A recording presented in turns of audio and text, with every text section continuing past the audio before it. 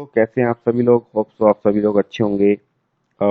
आज हम मेरे अपना पर्सनल एक्सपीरियंस जो राइट्स के इंटरव्यू का है उसके बारे में बात करेंगे। और आपको ये भी बताएंगे कि जो अपकमिंग राइट्स का इंटरव्यू होने वाला है फॉर वैकेंसी नंबर RG 11/25, उसके लिए आप कैसे प्रिपेयर कर सकते हैं, उसके लिए आपकी अपनी तैयारी को कैसे कर सकते हैं, इसके बारे में बात करेंगे। उससे पहले मैं आप सभी लोगों से रिक्वेस्ट करूंगा कि प्लीज़ मेरे चैनल को सब्सक्राइब कर लीजिए ताकि मैं और मुझे मोटिवेशन मिले इस तरह की वीडियो बनाने का। और आपसे मेरी जो नॉलेज है, जो मेरी जानकारी है उसको शेयर करने का। तो जिस वैकेंसी के बारे में बात करने वाले हैं वो वैकेंसी नंबर है RG 11/25, जिसमें जो है टोटल 18 वैकेंसीज है। और इसमें 2 साल का एक्सपीरियंस मांगा गया था और इसका एग्ज़ाम रिसेंटली ही कंडक्ट किया गया था। तो अभी होप सो इसका रिजल्ट जल्दी ही आ जाएगा। और जो भी लोग इसमें क्वालिफाई करेंगे उनके लिए बहुत अच्छी अपॉर्चुनिटी है कि उनको इसमें जॉब मिल जाए और वो अपना एक बेटर करियर शुरू कर सकें। तो मैंने जो राइट्स में 2 इंटरव्यू दिए हैं। मैंने एक वैकेंसी 4/18 में वैकेंसी में इंटरव्यू दिया था जिसमें मेरा सिलेक्शन हुआ था कॉन्ट्रैक्ट बेसिस पे। मैंने 2.5 साल करीब राइट्स में जॉब की है DFC डिवीज़न में। तो उसका मेरा जो एक्सपीरियंस है मैं उसके बारे में आपको बताऊंगा। और मैंने एक रिसेंट में 125/23 जो लास्ट वाली वैकेंसी थी असिस्टेंट मैनेजर सिविल की, उसमें भी मैंने इंटरव्यू दिया था। उसमें मेरा सिलेक्शन नहीं हुआ था। और उससे पहले भी एक वैकेंसी थी जिसमें मैंने रिटर्न एग्ज़ाम दिया था। उसमें मेरा रिटर्न में नहीं हुआ था। तो मैंने राइट्स के जितने भी रिसेंटली सारे एग्ज़ाम हुए हैं फॉर बीटेक क्वालिफिकेशन पे, मैंने वो दिए हैं सिविल सिविल स्ट्रीम में। और एक बार मैं राइट्स में काम भी कर चुका हूँ। और 2 बार मैंने इंटरव्यू उसमें दिया है।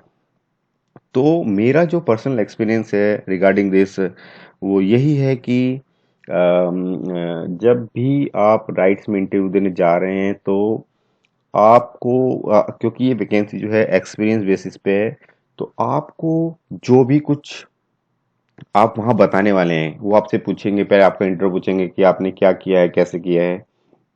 फिर आप अपना एक्सपीरियंस बताएंगे कि मैंने ये काम किया है। तो आप जो भी वहाँ पे इंटरव्यूअर को जो भी अपना एक्सपीरियंस बताएं जिसकी भी फील्ड का, उसके बारे में आपको थ्रो नॉलेज होनी चाहिए। लास्ट मेरे इंटरव्यू में मैंने वहाँ पे अपना एक्सपीरियंस बिल्डिंग से रिलेटेड बताया था, जिसमें मतलब बिल्डिंग में मैंने काफ़ी काम किया है। लेकिन इंटरव्यू पॉइंट ऑफ व्यू से मैंने कभी ध्यान नहीं दिया काम करते वक्त।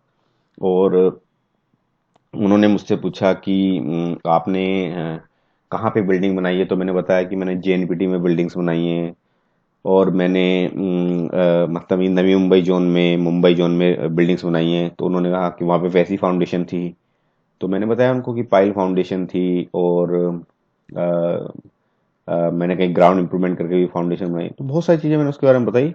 तो उन्होंने उसके ही अंदर डीप क्वेश्चन पूछा। मैंने पाइल फाउंडेशन बताया, उन्होंने उसका साइज पूछा और पाइल का साइज कितना होता है, उसके पाइल की टेस्टिंग कौन कौन सी होती हैं।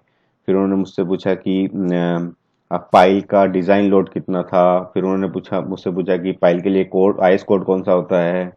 उन्होंने फिर मुझसे बिल्डिंग से रिलेटेड भी क्वेश्चन पूछे थे कि बिल्डिंग की जो डिजाइनिंग होती है, हाई राइज बिल्डिंग की, वो कौन से कोड के अकॉर्डिंग होती है। बिल्डिंग में जो अर्थक्वेक के जो एक्स्ट्रा बार दिया जाता है अर्थक्वेक के लिए, वो कौन से कोडल प्रोविजन के हिसाब से दिया जाता है। तो ये सब क्वेश्चन उन्होंने मुझसे इस जो 125/23 इंटरव्यू था उसमें पूछे थे।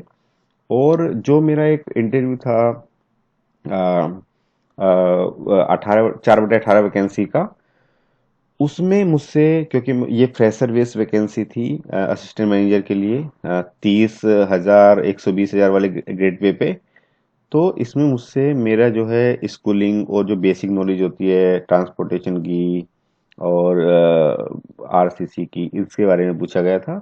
तो मेरा सब आप सभी को सिंपल ये एडवाइस है कि आप जब भी इस इंटरव्यू में इंटरव्यू देने जा रहे हैं तो आपको जो भी वहाँ बताना है प्रॉपर नॉलेज के साथ बताना है। सपोज आपने कास्टिंग यार्ड में काम किया है, अगर आपने गर्डर कास्टिंग किया है तो गर्डर कास्टिंग ग्राउटिंग कैसे होती है, उसमें क्या क्या स्टेप्स हैं, उसकी डेंसिटी कैसे चेक करते हैं, और इसमें जो है बेसिक बार्स कौन कौन से होते हैं, फिर उसकी स्ट्रेसिंग कैसे करते हैं, कितने टाइप की स्ट्रेसिंग होती है, क्या एज किस एज पे स्ट्रेसिंग करते हैं, स्ट्रेसिंग का क्राइटेरिया क्या है, देन जो बेस बनाते हैं गटर कास्ट करने के लिए वो कैसे करते हैं। अगर आप फॉर्मेशन से रिलेटेड काम करके आए हैं किसी रेलवे फील्ड में तो वो आपसे पूछ सकते हैं कि मुझसे एक इंटरव्यू में पूछा गया था इरकॉन के कि आप बताइए कि जो फॉर्मेशन होता है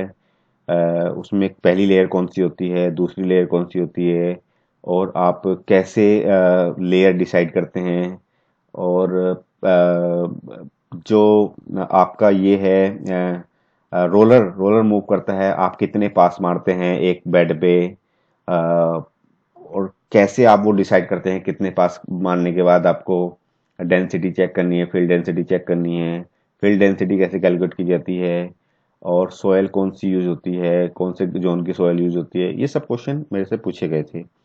तो इसके बारे में आपको जो भी नॉलेज, जिसके फील्ड में आपको बहुत अच्छी नॉलेज, अगर आपने हाईवे में काम किया तो हाईवे से जो भी आपको नॉलेज अच्छी है उसके बारे में आपको बताना है, और डिटेल में उसके बारे में पढ़ के जाना है।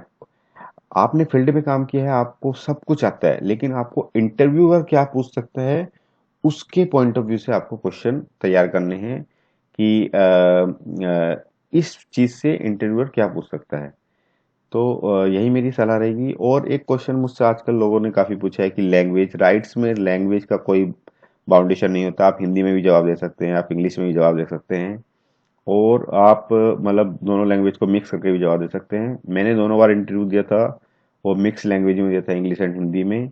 और मैं आपको यही सलाह करूंगा कि आप 100% हिंदी भी ना यूज़ करें, 100% इंग्लिश भी यूज़ करें, क्योंकि जो इंटरव्यू मैंने जब भी इंटरव्यू दिया है राइट्स में, तो वो लोग हिंदी में ही क्वेश्चन पुटअप करते हैं। तो आप इंग्लिश और हिंदी को मिक्स करके मतलब वहाँ पे जवाब दें। और तो जो भी आपको अच्छा लगे, जैसे किसी कुछ लोगों को हिंदी भी नहीं आती है तो वो इंग्लिश में भी डायरेक्ट जवाब दे सकते हैं, बट आप उसमें इंग्लिश मतलब इसका कोई भी बाउंडेशन नहीं होता है। अभी रिसेंट में पैनल की बात करें तो जो मेरा रिसेंट इंटरव्यू था, ये जो 125/23 वाले में, इसमें सिर्फ दो ही लोग इंटरव्यू ले रहे थे, एक मैडम थी एक सर थे, काफ़ी यंग थे वो, और आई थिंक एक जीएम और थे जो कि उस समय प्रेजेंट नहीं थे। तो मेरा इन दोनों ने इंटरव्यू लिया था और उसी में जो भी मतलब क्वेश्चन उन्होंने ही पुटअप किए थे। और जो पहला इंटरव्यू था मेरा उसमें काफ़ी सारे लोग थे और बहुत सारे फील्ड के लोग बैठे थे, ट्रांसपोर्टेशन के भी थे, बिल्डिंग के भी थे, और रेलवे के थे, एयरपोर्ट के थे, तो सभी लोग क्वेश्चन पुटअप किए थे, सब लोग क्वेश्चन पूछ रहे थे मुझसे। तो यही है। और ड्रेस कोड के बारे में लोग पूछ रहे हैं कि क्या क्या पहन के जाना चाहिए। तो किसी भी इंटरव्यू में मैंने आज तक जितने भी इंटरव्यू दिए हैं, 8-10 इंटरव्यू दिए होंगे, मतलब मोस्टली पब्लिक सेक्टर यूनिट्स में, गवर्नमेंट फील्ड्स में। तो मतलब आपको फॉर्मल पहन के जाना चाहिए।